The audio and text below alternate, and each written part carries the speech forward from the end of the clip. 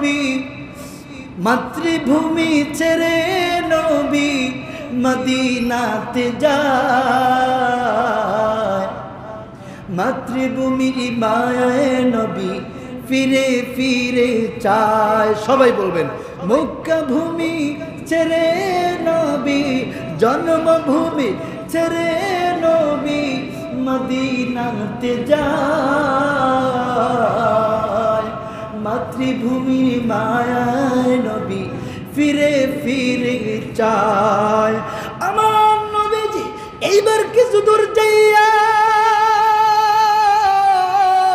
ডাক দিয়ে বললেন সাহাবীরা রে তোমরা কি জানতে চাও না কি সাহাবীরা রে এই যে এতক্ষণ আলোচনা করলাম সাহাবীরা এই যে আমার সাথে তোমরা রওনা করে চলে আসছো এ সাহাবীরা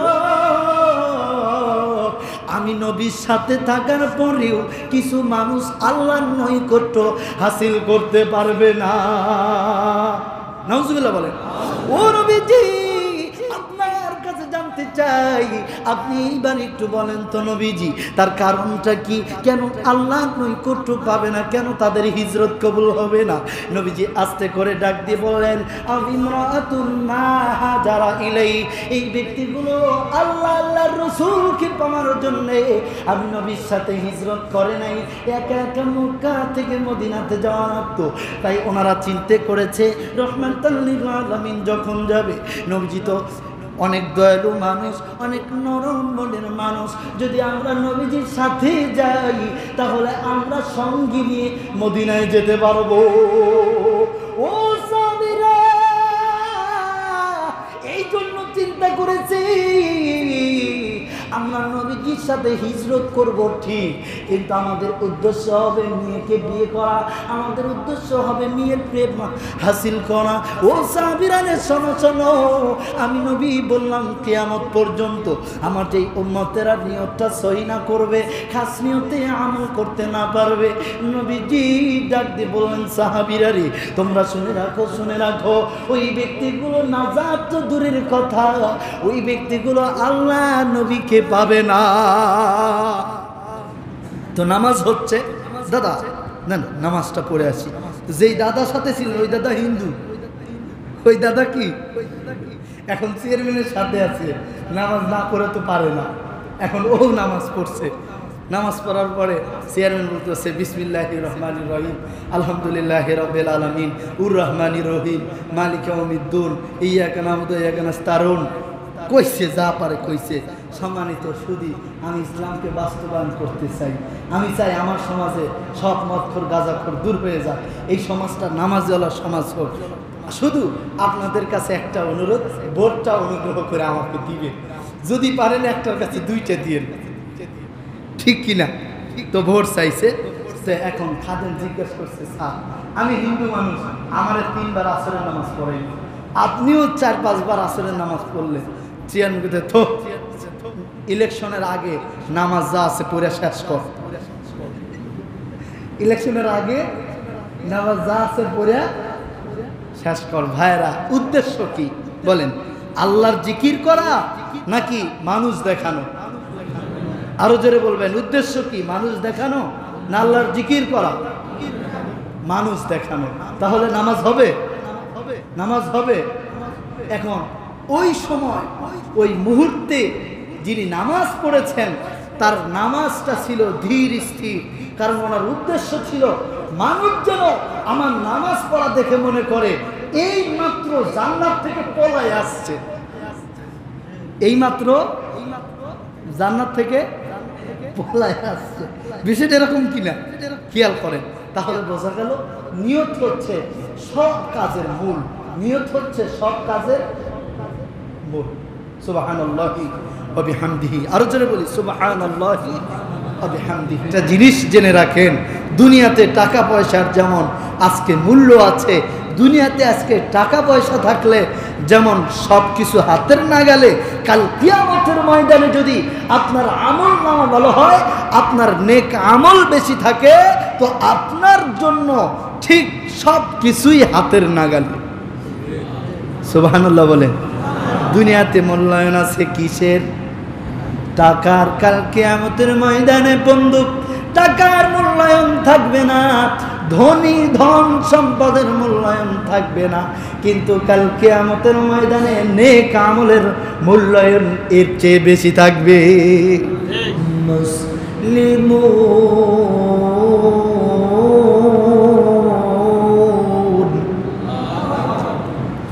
সাদাকাল্লাহুল আযীম।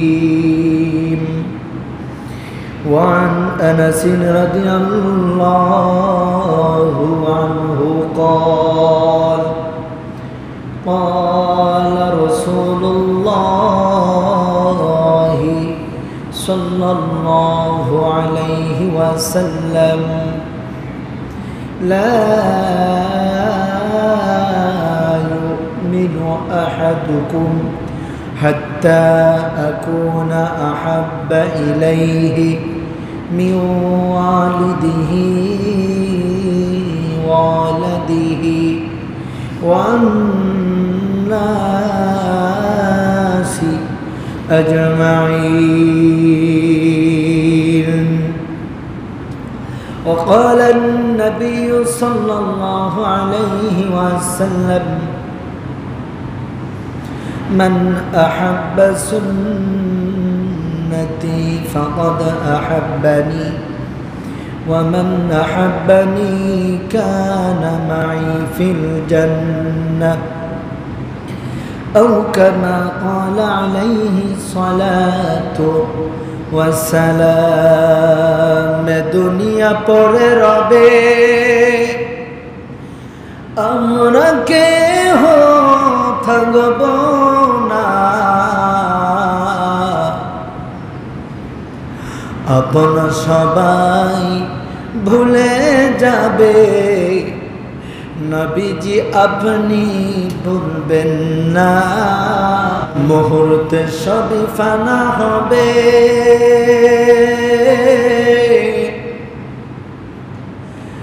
মসজিদ মাদ্রাসা ভাঙবে না, জিতে যাবে আশিকে রাসূল, সবই নবীজির নিশানা। আল্লাহুম্মা সাল্লি আলা সাইয়্যিদিনা মুহাম্মাদ ওয়া আলা আলি সাইয়্যিদিনা মুহাম্মাদ।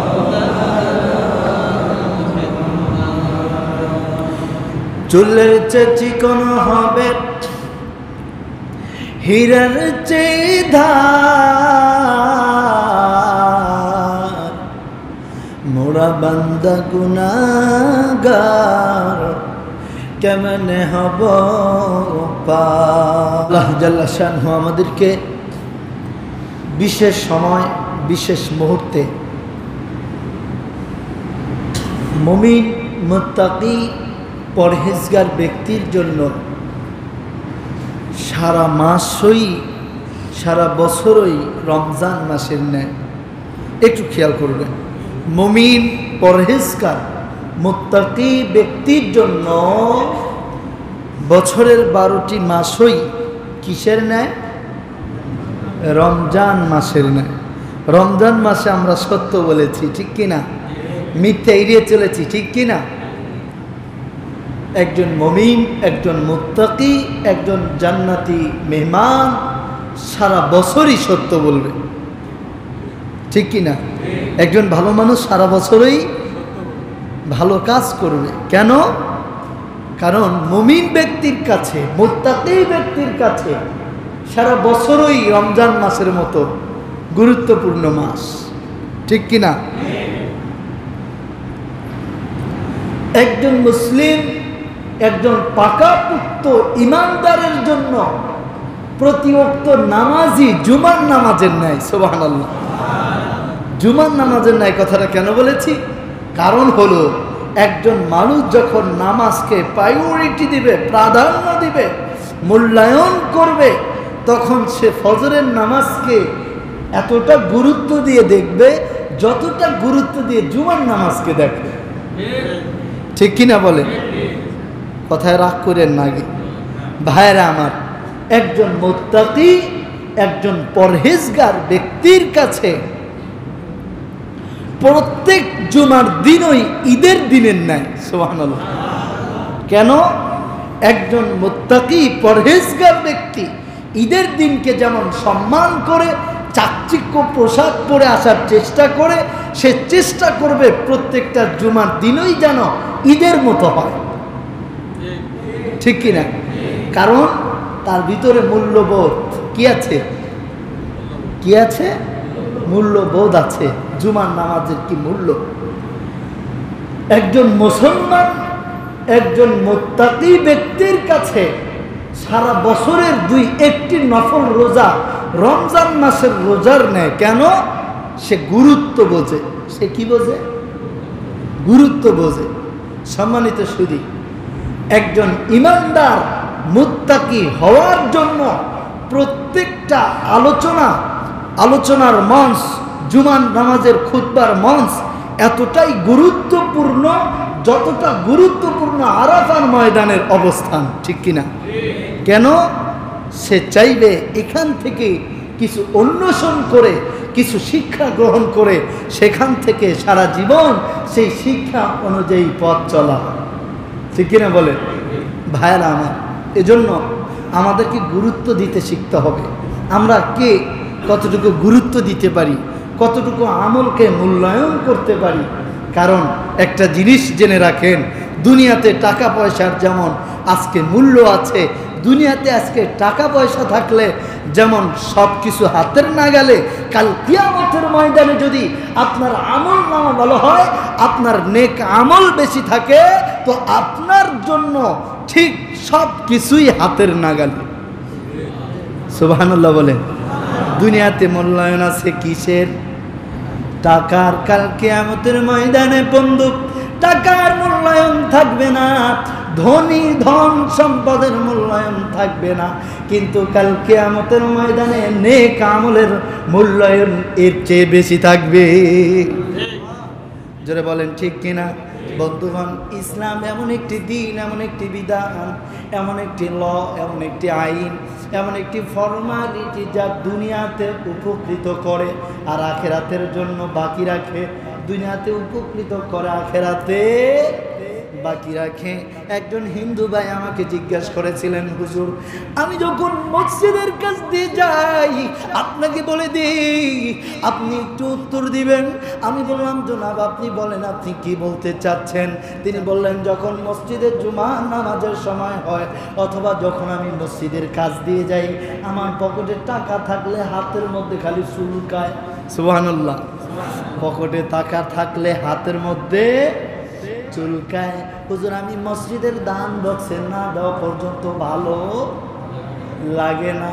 আমি বললাম, নদীর কুল ভাঙে ও কুল ভরে, এই তো নদীর খেলা। সকালবেলা ধনীরে তুই ফকির, সন্ধ্যাবেলা সকালবেলা গরিবের তুই ধনী সন্ধ্যাবেলা। রে হিন্দু ভাই, আপনি কি কোনো আলেমের মুখে শুনেছেন নাকি আপনি দান করলেও লাভ হবে, আরো বেশি লাভ হবে? আপনি দান করলে ফাজাইলটা আরো বেশি, কারণ আপনি যা দিবেন সব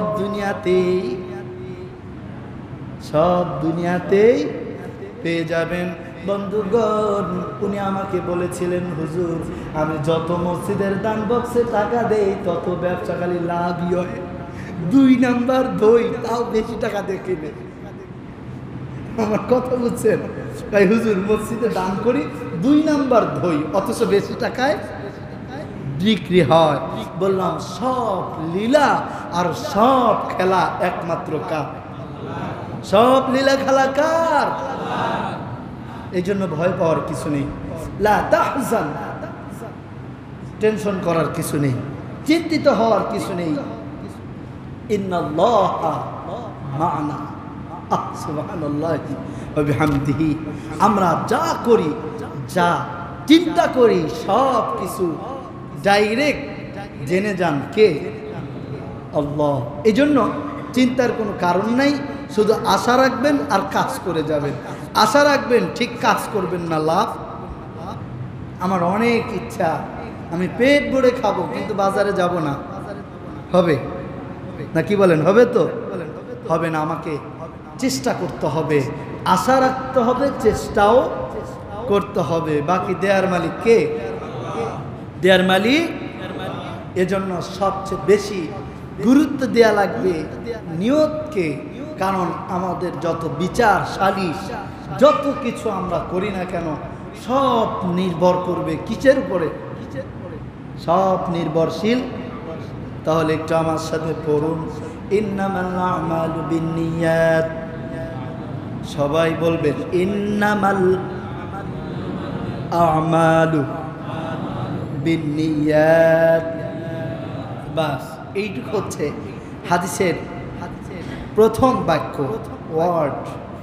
আল্লাহ তাআলা, আল্লাহর রাসূল মুহাম্মদ সাল্লাল্লাহু আলাইহি সাল্লাম বলছেন, প্রত্যেকটা আমল তোমাদের নিয়তের উপরে নির্ভর করে জাস্টিফাই করা হবে, যাচাই করা হবে, এর ফল প্রদান করা হবে।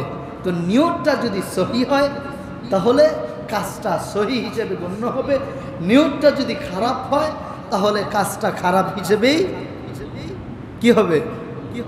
গণ্য হবে। বন্ধু, যে আল্লাহ তাআলা আমাদেরকে এই মসজিদে নিয়ে আসছেন, আমাদের নিয়তটা কি বলেন তো? মসজিদে আগে ভাগে আসার নিয়তটা কি? হুজুর যা বলবে শুনবো, মানবো না, নাকি বলেন? হ্যাঁ, মানবো।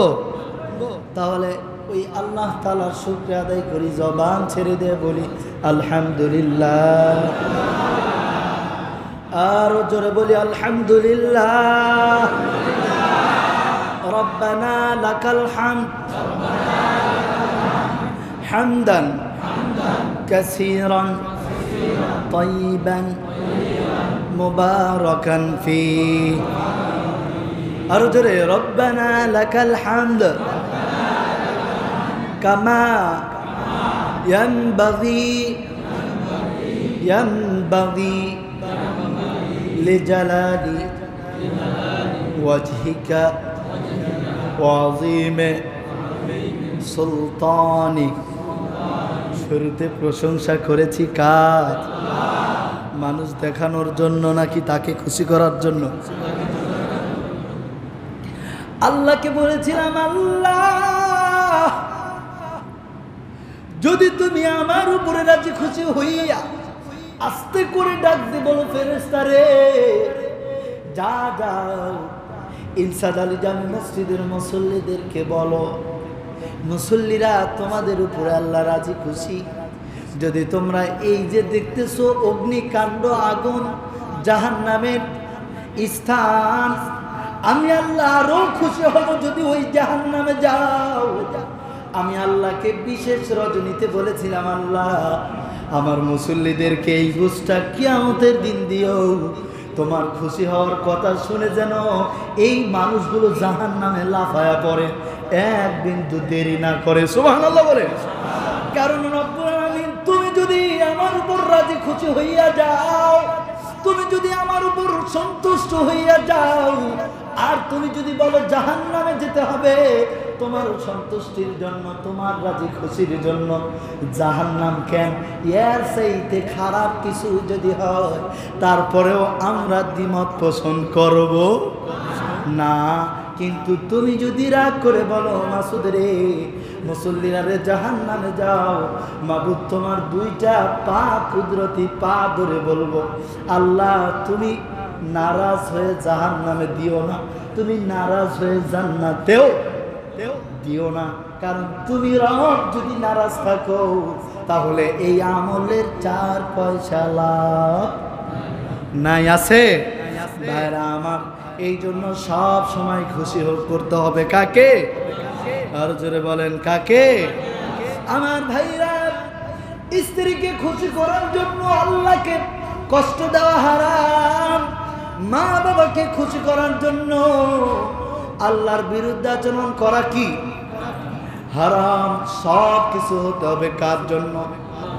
একমাত্র লিল্লাহ, আল্লাহর জন্য যদি করতে পারি, আমার আল্লাহ আপনাকে আমাকে ভালোবাসবে না তো বাঁচবে কাকে?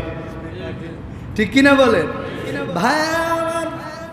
বিশ্বনবী যেই নবী সারা জীবন আল্লাহর জন্য কাজ করেছেন, ওই নবীর উপরে একটু মহব্বত নিয়ে বলি সাল্লাল্লাহু, আর জোরে বলি সাল্লাল্লাহু আলাইহি ওয়াসাল্লাম। বন্ধুগণ, 5 প্রকারের প্রাণীকে আল্লাহ রাব্বুল আলামিনের নির্দেশ অনুযায়ী বিশ্বনবী হাবিবুল্লাহ মুহাম্মাদুর রাসূলুল্লাহ ডাইরেক্ট হত্যা করতে নিষেধ করে দিয়েছেন। কয় প্রকার? 5 প্রকার প্রাণী। কি কি প্রাণীকে নবীজি মারতে নিষেধ করেছেন, আর কি কি প্রাণীকে নবীজি মারতে না করেননি? মারলেও চলবে, না মারলেও চলবে। আমরা এই বিষয়টা শুনবো আলোচনার শেষ প্রান্তে বন্ধু। তার আগে একটা কথা কিন্তু আমি স্পষ্ট করে দিয়েছি, সব কিছু হতে হবে কার জন্য? আরো জোরে বলেন। আমাদের নিয়ত হতে হবে একদম ক্লিন, স্পষ্ট, একদম ক্লিয়ার নিয়ত হতে হবে। আমার ভাই, নিয়তের ব্যাপারে কোনো প্রকার সন্দেহ পোষণ করা যাবে না। নিয়তটা কি? আমরা নিয়ত মানে কি বুঝি? আমরা নিয়ত মানে অনেকেই মনে করি নাওয়াইতু আযহাবা জুমার বয়ান। আমরা অনেকে মনে করি আমি জুমার বয়ান শুনতে যাচ্ছি, এই কথাটা মুখে বলা নিয়ত। অনেকে মনে করি নাওয়াইতু আন উসাল্লি লিল্লাহি তাআলা 4 রাকাআতি সালাতি যুহরি ফারদুল্লাহি তাআলা মুতাওয়াজ্জিহান ইলা জিহাতিল কাবাতি শরীফাতি। আল্লাহু আকবার। আমরা এইটাকে অনেকেই মনে করি এটা হচ্ছে নিয়ত। নো, এটা নিয়ত না। নিয়তের সবচেয়ে সহজ নিয়াত, নুনিয়া আলিফ বড় তা, তা দুইটা, একটা হচ্ছে গোলতা আর একটা হচ্ছে বড় তা, একটা হচ্ছে বার পরে তা আর একটা হচ্ছে বন্ধু গোল তার উপরে গোলহার উপরে দুইটা ফোঁটা দিলে যে তা হয়। এ বন্ধু নিয়াত, এই শব্দ বিশ্লেষণ করেন, শুরুতে আছে নুন, তারপরে আছে ইয়া আলিফ তা, বড় তার। নিয়াত মানে সংকল্প করা, নিয়ত মানে স্থির করা, নিয়ত মানে উদ্দেশ্যটাকে একদম ক্লিয়ার হওয়া যে আমি এই উদ্দেশ্যে কাজটা করেছি। বন্ধু আপনারা একটু বলেন তো, আজকে জোহরের নামাজ পড়বেন, এই নিয়তে কারা কারা আসছেন? এই তো হাত তোলেন। আপনারা বোঝেন নাই? আবার একটু বলি, আজকে জোহরের নামাজ পড়বেন এই নিয়ত করে এই মুহূর্তে কারা কারা আসছেন? কেউ আসছেন? কেউ আসছেন? আজকে জোহরের নামাজ আছে? ওই তো দেখেন লেগে গেছে। আজকে জোহরের নামাজ আছে, তো জোহরের নামাজের নিয়ত করে কেউ আসছেন? ওই যে জুমার নামাজের নিয়ত করে আসছেন। কি নামাজ? জুমার নামাজ। আজকে যখন আপনি জামাটা হাতে নিয়েছেন, পোশাকটা হাতে নিয়েছেন, তখনই আপনাকে টান করে দেখেছেন যে জুমার নামাজ। ঠিক কিনা?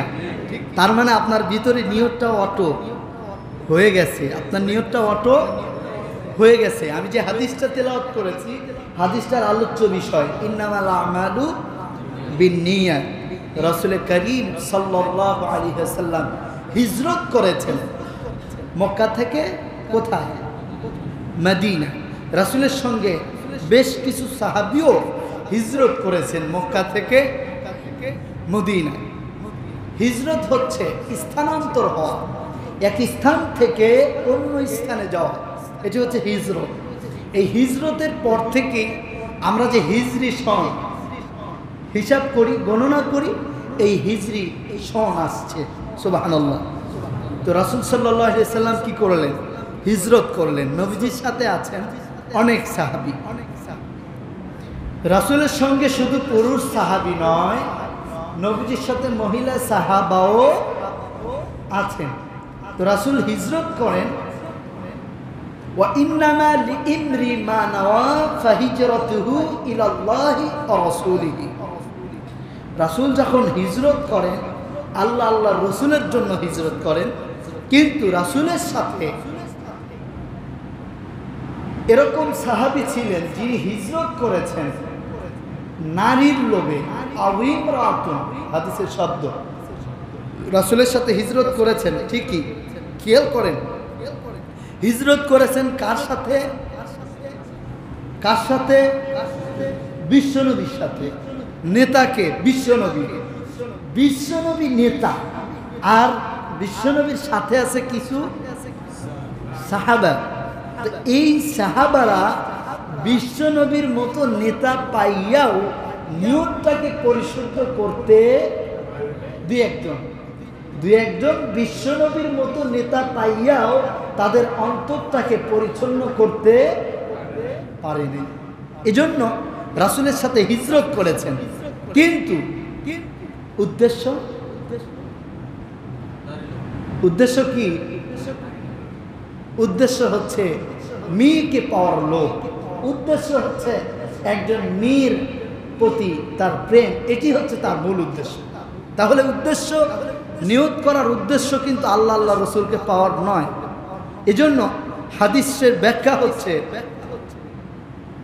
ফাহিজরাতুহু ইলাল্লাহি ওয়া রাসূলিহি, যারা আল্লাহ আল্লাহর রসুলকে পাওয়ার উদ্দেশ্যে হিজরত করেছে তারা পাবেন আল্লাহ আল্লাহর রসুলকে। যারা আল্লাহ আল্লাহর রসুলকে বাদ দিয়ে কোনো মেয়ে বা কোনো অর্থের লোভে হিজরত করবেন বা কোনো অর্থের লোভে পড়ে কোনো কাজ করবেন, তারা আল্লাহ আল্লাহর রসুলকে পাবে। কথাটা আমার, কথাটা আমার, কথাটা কার? বিশ্বনবীর। ওই যে আল্লাহর কোয়েন না, একটু খেয়াল করে কোয়েন, কথাটা বিশ্বনবী। দেখেন, নিয়তের প্রসঙ্গটা খুবই গুরুত্বপূর্ণ। নিয়তের প্রসঙ্গটা খুবই গুরুত্বপূর্ণ, কারণ আমরা সামনে যে আমলটা করতে চলেছি, সামনে যে সময়টা আসতেছেন, ওই সময়টা বিশেষ একটি নিয়ত ওই সময়ের উপরে আছে, নির্ভরশীল আছে। কেননা কোরবানি মানে আত্মত্যাগ, এই আত্মত্যাগের বিষয়টা সম্পূর্ণ নিয়তের উপরে নির্ভর করবে। কারণ হচ্ছে আত্মত্যাগ ইলেকশনের আগে আমার দেশে খুব হয়। দেখবেন কিছু চাষটাল একদম ফিক্সড করে দেওয়া, তোমার এই চাষটালে যে আসবে তাকেই চা দিবা, আর বলবা এটা ইকবাল সাহেবের পক্ষ থেকে। এটা কার পক্ষ থেকে? কার পক্ষ থেকে? ইকবাল সাহেবের পক্ষ থেকে, চেয়ারম্যান পদপ্রার্থী। ইলেকশন শেষ, এইবার এই বৃদ্ধ লোকটা চাষটালে গিয়ে বসছে। দোকানদার আগে জিজ্ঞাসা করে, এই যে মুরব্বী, 2 মাস হলো তো জন্মের চা খাওয়া খাইলা, টাকা আছে? ঠিক কিনা? এইবার টাকার প্রশ্ন কেন আসলো বলেন তো? হ্যাঁ, চেয়ারম্যান নির্বাচন শেষ, এখন আর চা খাওয়ানোর দরকার। তার মানে ওই চা খাওয়ানোর নিয়ত, এটা কি সওয়াবের না ভোট পাওয়া? কোনটা? খুব খেয়াল করবেন। উদ্দেশ্য কি? ভোট পাওয়া। খাদেম আছে চেয়ারম্যানের সাথে 2-4 জন থাকে, তো আসরের জামাত পড়ছে, ডোন্ট মাইন্ড, আসর জামাত পড়ে সামনে গেছে, আবার দেখে যে এক জায়গায় আসরের জামাত 15তে, এক জায়গায় 5টায়, এরকম কিন্তু হয়েছে, ঠিক কিনা? তো এখানে আসরের নামাজ পড়ছে, পরে ওখানে গিয়ে খাদেম রে সুবহানাল্লাহ সুবহানাল্লাহ, দাদা চলেন আসরের নামাজটা পড়ে আসি। চেয়ারম্যান সাহেব বলতেছে, দাদা চলেন আসরের নামাজটা পড়ে আসি। আবার নামাজ পড়ছে, পরে আর এক দোকানে গিয়ে দেখে, আমাদের গ্রামগঞ্জের কথা বলি, আমাদের গ্রামগঞ্জে দোকানে দোকানে নামাজ হয়, কথাটা বুঝে। তো নামাজ হচ্ছে, দাদা না না নামাজটা পড়ে আসি। যেই দাদার সাথে ছিলেন ওই দাদা হিন্দু, ওই দাদা কি এখন চেয়ারম্যানের সাথে আছে, নামাজ না করে তো পারে না, এখন ও নামাজ পড়ছে। নামাজ পড়ার পরে চেয়ারম্যান বলতেছে, বিসমিল্লাহির রহমানির রহিম, আলহামদুলিল্লাহি রাব্বিল আলামিন, উর রহমানির রহিম, মালিক ইয়াউমিদ্দিন, ইয়্যাকা না'বুদু ওয়া ইয়্যাকা নাস্তাঈন।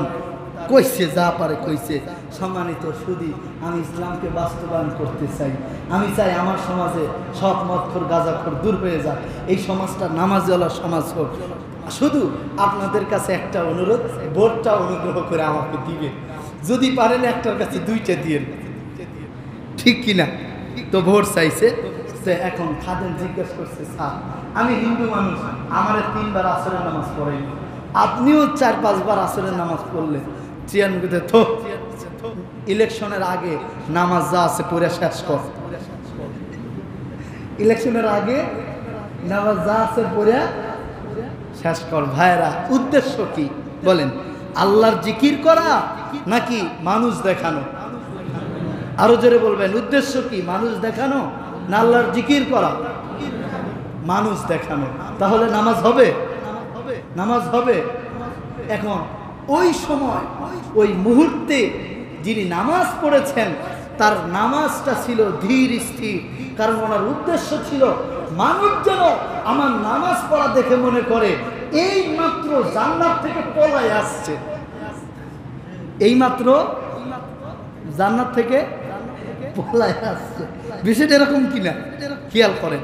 তাহলে বোঝা গেল নিয়ত হচ্ছে সব কাজের মূল। নিয়ত হচ্ছে সব কাজের মূল। সুবহানাল্লাহি ওয়া বিহামদিহি। আরো জোরে বলি সুবহানাল্লাহি ওয়া বিহামদিহি। তাহলে আমাদের নিয়ত কি হতে হবে? নিয়ত সহি হতে হবে। এখন নিয়ত যদি সহি থাকে তাহলে পারে আপনি কি এই চিন্তা ভাবনা কখনো করতে পারবেন যে আমি যে কোরবানির পশুটা কিনতেছি এই যে মানুষ দেখে যেন বলে হ্যাঁ একটা জিনিস কিনছে, এইটাকে ভিতরে আসবে? এইবার আসেন আসল কথা। এই এতক্ষণ যা বলছি সব কিছুর মূল্য হলো নিয়ত ঠিক করতে হবে। নিয়তের ভিতরে গাবলা আছে, আপনার আমল কবুল হবে না। নিয়ত পাকাপোক্ত আছে, আপনার আমল কবুল হতে বাধ্য। কারণ আল্লাহ এত দয়ালু, আল্লাহ এত দয়ালু, আল্লাহ এত দয়ালু যে দয়ার সাগর পৃথিবীতে কোনো মানুষ 18,000 মাখলুকাত সহ কোনো কিছুই হতে পারে না। আল্লাহ তাআলা এত দয়ালু। আহারে মক্কা ছেড়ে নবী, মাতৃভূমি ছেড়ে নবী মদিনাতে যায়। মাতৃভূমির মায়ায় নবী ফিরে ফিরে চায়। সবাই বলবেন মক্কা ভূমি ছেড়ে নবী, জন্মভূমি ছেড়ে নবী মদিনাতে যায়। মাতৃভূমি মায়ায় নবী ফিরে ফিরে চায়। আমার নবীজি এইবার কিছু দূর যাইয়া ডাক দিয়ে বললেন সাহাবীরা রে, তোমরা কি জানতে চাও না কি সাহাবীরা রে? এই যে এতক্ষণ আলোচনা করলাম সাহাবীরা, এই যে আমার সাথে তোমরা রওনা করে চলে আসছো, এ সাহাবীরা আমি নবীর সাথে থাকার পরেও কিছু মানুষ আল্লাহর নৈকট্য হাসিল করতে পারবে না। নাউজুবিল্লাহ বলেন। ও নবীজি আপনার কাছে জানতে চাই, আপনি এইবার একটু বলেন তো নবীজি তার কারণটা কি? কেন আল্লাহ নৈকট্য পাবে না? কেন তাদের হিজরত কবুল হবে না? নবীজি আস্তে করে ডাক দিয়ে বললেন আবিমরাতুন মা হাজারা ইলাই, এই ব্যক্তিগুলো আল্লাহ আল্লাহর রাসূলকে পাওয়ার জন্য আমি নবীর সাথে হিজরত করে নাই, একা একা মক্কা থেকে মদিনাতে যাওয়া লাগতো। তাই ওনারা চিন্তা করেছে রহমাতাল লিল আলামিন যখন যাবে, নবীজি তো অনেক দয়ালু মানুষ, অনেক নরম মনের মানুষ, যদি আমরা নবীজির সাথে যাই তাহলে আমরা সঙ্গী নিয়ে মদিনায় যেতে পারবো। ও সাহাবীরা এই জন্য চিন্তা করেছি আমরা নবীজির সাথে হিজরত করব ঠিক, কিন্তু আমাদের উদ্দেশ্য হবে মেয়েকে বিয়ে করা, আমাদের উদ্দেশ্য হবে মেয়ের প্রেম হাসিল করা। ও সাহাবীরা শোনো শোনো, আমি নবী বললাম কিয়ামত পর্যন্ত আমার যেই উম্মতেরা নিয়তটা সহি না করবে, খাস নিয়তে আমল করতে না পারবে, নবীজি ডাক দিয়ে বললেন সাহাবীরা রে তোমরা শুনে রাখো, শুনে রাখো, ওই ব্যক্তিগুলো নাজাত তো দূরের কথা, ওই ব্যক্তিগুলো আল্লাহ নবীকে পাবে না। ভাইরা আমার, তার মানে আমাদেরকে সব কাজ করতে হবে কার উদ্দেশ্যে? আরো জোরে বলেন কার উদ্দেশ্যে? ও নবীজি আপনার কাছে জানতে চাই, আপনি এইবার একটু আরেকটু স্পষ্ট করে দেন তো নবীজি নিয়ত কিভাবে করতে হয়। বিশ্বনবী বললেন নিয়ত হচ্ছে সংকল্প করা। তোমরা আজকে নিয়ত করেছো আবু বকর, তুমি জানো না, তোমাকে আমি ইতিহাসটা শোনায় দিই। আবু বকর চতুর্দিকে কাফেররা যখন ঘিরে ফেলেছে, সম্মানিত মুসল্লি কেরাম, উপরে জায়গা আছে, আমরা একটু কষ্ট হলেও উপরে গিয়ে বসার চেষ্টা করব। ভাইরা আমার, এইবার বিশ্বনবী হাবিবুল্লাহ মুহাম্মদুর রাসূলুল্লাহ আস্তে করে শেরে খোদা হযরত আলী রাদিয়াল্লাহু তাআলা আনহুকে ডাক দিয়ে বললেন, রে আলী, তোমাকে জিজ্ঞাসা করতে চাই, আলী রে, আমি নবীজিকে মারার জন্য কাফেররা চতুর্দিকে ঘেরাও করেছে। আলী, তোমাকে আমি একটা দায়িত্ব দিতে চাই। আলী বললেন, নবীজি, সব দিকে কাফেররা ঘিরে ফেলেছে, আপনার তো আর কোনো রক্ষা নাই, আপনি আমাকে কি দায়িত্ব দিবেন জলদি করে বলেন। হযরত আলী ডাক দিয়ে বলেন, নবীজি, আমি বুঝতে পেরেছি আপনি আমাকে কি দায়িত্ব দিবেন। ইয়া রাসূলুল্লাহ, ইয়া হাবিবাল্লাহ, আপনার কাছে এই মুহূর্তে কেউ নাই, আমি আলী একমাত্র আপনার সম্বল আছি। নবীজি, আপনি আপনার চাদরটা দেন, আমি আপনার এই চকিয়ার উপরে শুয়ে পড়ি, আপনার চাদরটা মুড়ি দিয়ে ঘুমিয়ে যাই। নবীজি, আপনি পালায়ন করেন, আপনি হিজরত করে মক্কা ছেড়ে মদিনা চলে যান।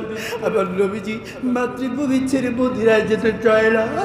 এদিকে কাফেররা অস্ত্র শস্ত্র নিয়ে আমার নবীজিকে ঘিরে ফেলেছে, বিশ্বনবীকে আজকে মেরেই ফেলবে। কারণ কিন্তু বন্ধুগণ, আমার নবীজি এমন নয়, আমার নবীজি ওই সময় রাষ্ট্রবিরোধী কোনো সংগঠনের লিডার ছিলেন এমনটা কিন্তু নয়, আমার নবীজি বিরোধী দলের নেতা ছিলেন এমনটাও নয়। কিন্তু নবীজিকে ওরা মেরে ফেলবে, উদ্দেশ্যটা কি? উদ্দেশ্যটা হইল রহমাতুল লিল আলামিনকে যদি না মারতে পারি, আমাদের মূর্তির ব্যবসা বন্ধ হয়ে যাবে। ঠিক কিনা বলেন ভাইরা আমার? এছাড়া কি কোনো দ্বন্দ্ব আছে নাকি? আরো জোরে বলেন, আছে নাকি?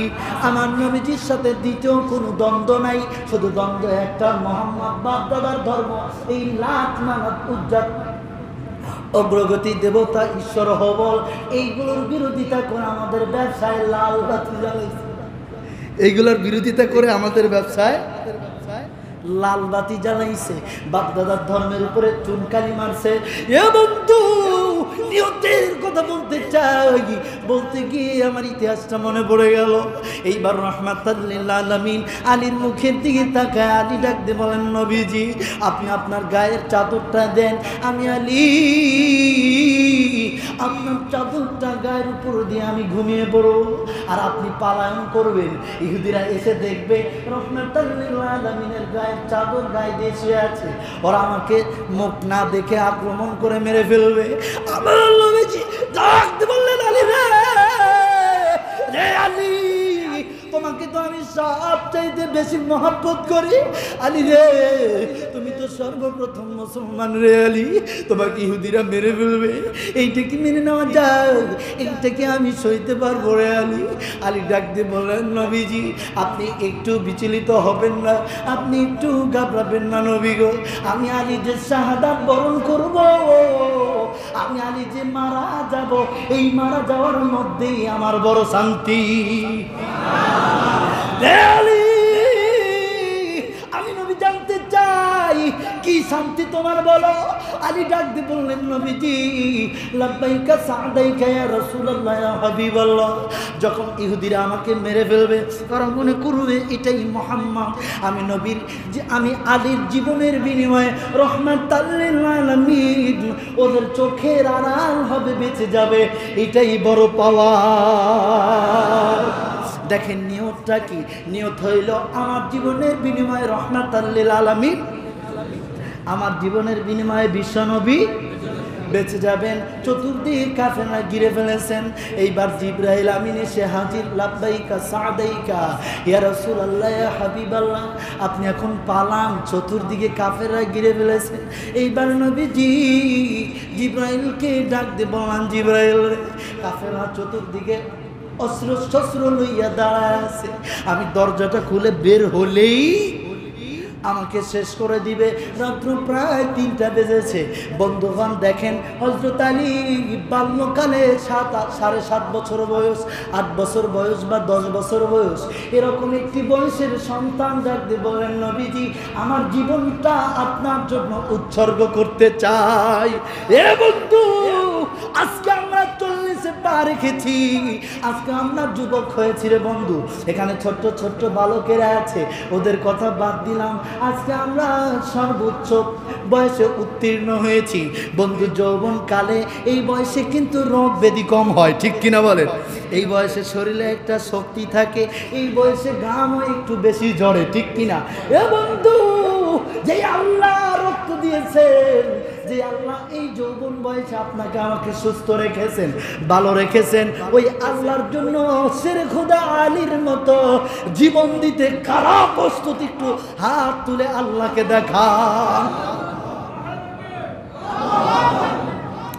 ভাইরা আমার, আল্লাহ কবুল করুক, বলুন আমি। এইবার হযরত আলী রাদিয়াল্লাহু আনহু শুয়ে পড়েছেন। বিশ্বনবীর কাছে জিবরাইল এসে হাজির। ইয়া রাসূলুল্লাহ, ইয়া হাবিবাল্লাহ, আপনি একটু পলায়ন করেন। নবীজি দরজা খুলে বের হয়েছেন। মরু অঞ্চল তো, বালি আর পাথরের কোনো অভাব ছিল না। এইবার নবীজি কিছু বালি মাটি উঠিয়েছেন, গুড়ি গুড়ি পাথর উঠিয়েছেন। নবীজি উঠে শাহওয়াতিল বুজু, বিশ্বনবী পাক করে বালুতে ফুঁক দিয়েছেন। এইবার নবীজি ফুঁক দেওয়ার পর জিবরাইল আমিন ডাক দিয়ে বললেন, নবীজি আপনি উপর দিকে ঢেল মারেন, উপর দিকে। সুবহানাল্লাহ। নবীজি বলতে পারতেন যে জিবরাইল আমার সামনে ইহুদিরা, সাইডে ইহুদিরা অস্ত্র নিয়ে, আমি উপর দিকে কেন দেবো, আমি ওদেরকে দেই। পারতেন কিনা? এই পাওয়ারটা আসিল কিনা? ছিল, কিন্তু নবীজি কোনো প্রশ্ন করেননি। কিন্তু একজন নবী প্রশ্ন করেছেন, ওই নবীর নাম হচ্ছে মুসা কালিমুল্লাহ আলাইহিস সালাতু ওয়াসসালাম। আল্লাহ কয়, মুসারে তুই পাথরে বাড়ি দে, নীল নদে আমি রাস্তা করে দেব। মুসা কয়, আল্লাহ পাথরে বাড়ি দিলে তুমি রাস্তা করবা, পাথরে বাড়ি দিলে কি হইব? আর আমার নবীজি বললেন, আমি ছুঁড়ে মারলাম, সরাসরি উপর দিকে ছুঁড়ে মারলেন। আল্লাহ তাআলা বলেন, ওয়ামা রামাইতা ইয রামাইতা ওয়ালাকিন্নাল্লাহ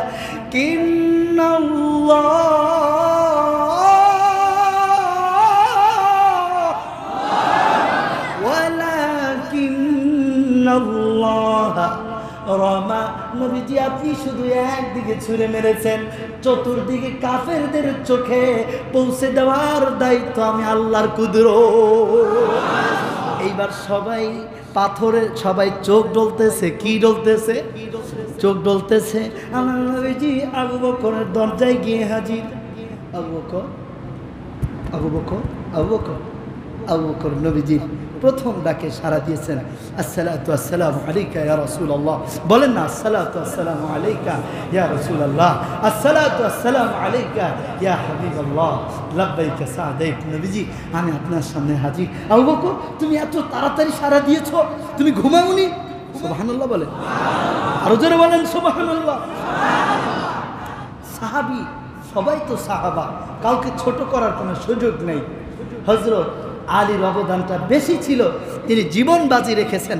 হযরত আবু বকরের অবদান কিন্তু কম না, তিনি 6 মাস যাবত ঘুমান না। ইয়া রাসূলুল্লাহ, ইয়া হাবিবাল্লাহ, আপনি 6 মাস আগে বলেছেন না যে আমি আমার মাতৃভূমি মক্কায় থাকতে পারবো না। আবু বকর রে, সাহাবীরা রে, আমাকে ওরা থাকতে দিবে না, ওরা আমাকে আমার মাতৃভূমিতে দিন প্রচার করতে দিবে না, আমাকে এই নগরী মক্কা ছেড়ে যেতে হবে। আবু বকর, আমাকে হিজরত করতে হবে, আমাকে ওরা মারার চেষ্টা করবে, আমাকে ওরা মেরে ফেলতে চাইবে। আবু বকর, আমি তোমাকে আমার সফর সঙ্গী বানাবো। ইয়া রাসূলুল্লাহ, আপনি যেই দিন বলেছেন না নবীজি, ওই দিন আমি আমার বিবিকে বলেছি, বিবি আমাকে কোনো দিন রাতে ঘুমাইতে দিও না, কারণ আমার নবী এই রাত্রিবেলায় এসে যখন আমার বাসায় ডাকাডাকি করবে, পাশে ইহুদিরা যখন জানতে পারবে নবীজি আবু বকরকে ডাকছেন, তখন আমার নবীজি করা মেরে ফেলবে, আমার নবীজি করা শেষ করে দিবে। ইয়া রাসূলুল্লাহ, ওই দিন থেকে আমি আবু বকর ঘুমাই না। নবীজি আপনি কখন আসবেন আমার দরজায়, আমি আপনাকে নিয়ে আপনার সাথে হিজরত করে মদিনা চলে। ইয়া রাসূলুল্লাহ, ইয়া হাবিবাল্লাহ, চলেন। এবার নবীজি চললেন। প্রসঙ্গ হলো, উদ্দেশ্য ইতিহাস বলা না, তারিখের কিতাবে ইতিহাসগুলো আসছে। উদ্দেশ্য হলো আবু বকরের নিয়ত ছিল। কি ছিল? আবু বকর বলছিলেন নাওয়াইতু আন হিজরত, আমি হিজরত করব, নিয়ত করেছিলেন, মুখে বলেন, কিন্তু তিনি নিয়ত করেছেন। রাসূল বলেছেন উনি নিয়তটাকে বাস্তবায়ন করার জন্য 6টা মাস হলো আবু বকর ঘুমান নাই। কেন? বিশ্বনবী বলেছেন আমি বিশ্বনবীর সাথে যাব। আমি ইমাম সাহেব বলছি, নিয়তের ভিতর যদি ঘাবলা থাকে, আপনি 1 কোটি টাকা দিয়ে কুরবানি দিলেও চ্যালেঞ্জ, কুরবানি হবে না, হবে না, হবে। নিয়তটাকে আগে ঠিক করতে হবে, নিয়তটাকে আগে ঠিক করতে হবে, নিয়তটাকে পাকাপোক্ত করতে হবে। বন্ধুগণ, আজকে প্রাণী হত্যা নিয়ে গত সপ্তাহে একটু টাচ করেছিলাম। প্রাণী হত্যা নিয়ে বেশি প্রতিধ্বনি করেন বৌদ্ধরা। ওরা বলেন যে প্রাণী হত্যা মহাপাপ। সনাতন ধর্মের লোকেরাও একই স্লোগান দেয়, জীবন্ত মহাপাপ, জীব হত্যা, জীব হত্যা। কিন্তু এই মানুষগুলোই আবার মুসলমানদেরকে নির্বিঘ্নে নিপীড়নে গুলি চালায়। ঠিক কিনা বলেন? আল্লাহর মেহেরবানি, বাংলাদেশের মানুষ আইনের উপরে প্রচুর শ্রদ্ধাশীল। আমি নিজেও আইনকে প্রচুর শ্রদ্ধা করি, সত্যি কথা এটা। ইতিহাস ঘেটে দেখেন, বাঙালি সবচেয়ে বেশি আইনের উপরে শ্রদ্ধাশীল। গতকালকে একজনকে পিটাইতে মেরেই ফেলছে লকডাউন না মানার কারণে। আল্লাহ তাআলা ওই লোকটাকে শাহাদাতের মর্যাদা দান করুক, বলুন আমি। ভাইয়েরা আমার, আমি যেটা বলতেছিলাম প্রাসঙ্গিক, সেটা হচ্ছে নিয়তকে পাকাপোক্ত করতে হবে। বিশ্বনবী নিজেও প্রাণী হত্যাকে মহাপাপ বলে গণ্য করেছেন। এজন্যই নবীজি তার আপন চাচাকে, যারা চিবিয়ে খেয়েছে, যে ওয়াহাসি নাম ছিল লোকটার, ওয়াহাসি, এই লোকটাকে নবীজি হত্যা করেননি। এই লোকটাকে নবীজি কালেমা পড়ায় মুসলমান বানিয়ে দিয়েছে। শুধু বলেছেন, ওয়াসি রে, তুমি আমার চাচার কলিজা চিবা খাইছো। ওয়াসি, তোমাকে দেখলে আমার চাচার কথা মনে হয়, তুমি অনুগ্রহ করে আমার পাশে, আমার সামনে বেশি একটা এসো না, তুমি একটু দূরে দূরে থেকো। কারণ আমি যে আমার চাচার কলিজা ছিলাম, আমি আমার চাচার প্রাণ ছিলাম। সুবহানাল্লাহ বলে। ভাইরা আমার, সেই মানুষগুলো এখন আপনাদেরকে বিভিন্নভাবে বলবে কোরবানি ঈদ ঠিক না, এটা জীব হত্যা, এটা সেটা হত্যা। প্রতিদিন এই বাংলাদেশে লক্ষ লক্ষ গবাদি পশু জবাই হয়, সেটার জন্য ওনাদের স্লোগানে কোনোদিন শোনেননি যে জীব হত্যা মহাপাপ। এখন শুনবেন সামনে কোরবানি। তবে বিশ্বনবী বলেছেন 5 প্রাণীকে হত্যা করতে বিশ্বনবী নিষেধ করেছেন। যেহেতু বিশ্বনবী 5টি প্রাণীকে হত্যা করা ব্যতীত গবাদি পশু, হালাল প্রাণী, এগুলোকে যেহেতু বিশ্বনবী অনুমতি দিয়েছেন কোরবানির জন্য, সেহেতু এগুলো কি হালাল, এগুলো কি হালাল, বাকি সব আহারে হালাল অগণিত, হালাল অগণিত, বিশাল একটি পরিসংখ্যান হালাল। হারাম মাত্র কয়েকটি, হারাম মাত্র কয়েকটি। আল্লাহ তাআলা আমাদেরকে বোঝার তৌফিক দান করুন। 1 নম্বর,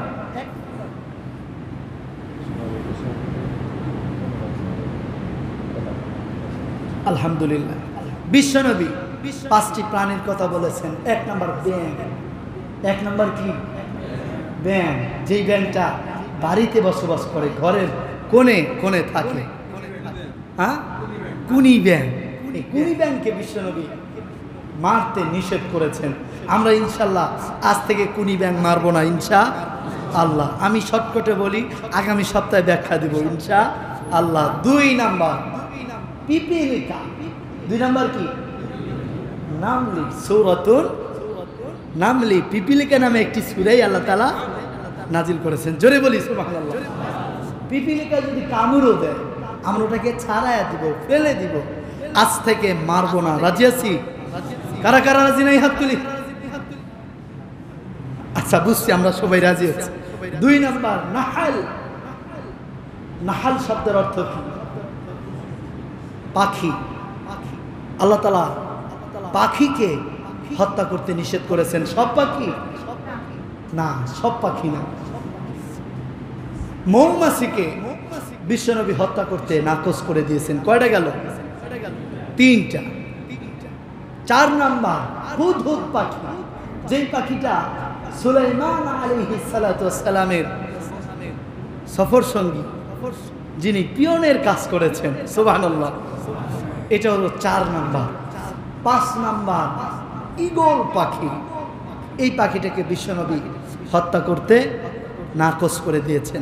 কোনটাকে কেন নাকচ করে দিয়েছেন আমরা আগামী সপ্তাহে শুনবো ইনশাআল্লাহ। তাহলে আমরা এখন অনেকেই গবাদি পশু কিনে ফেলেছি, আলহামদুলিল্লাহ, অনেকে কিনি নেই।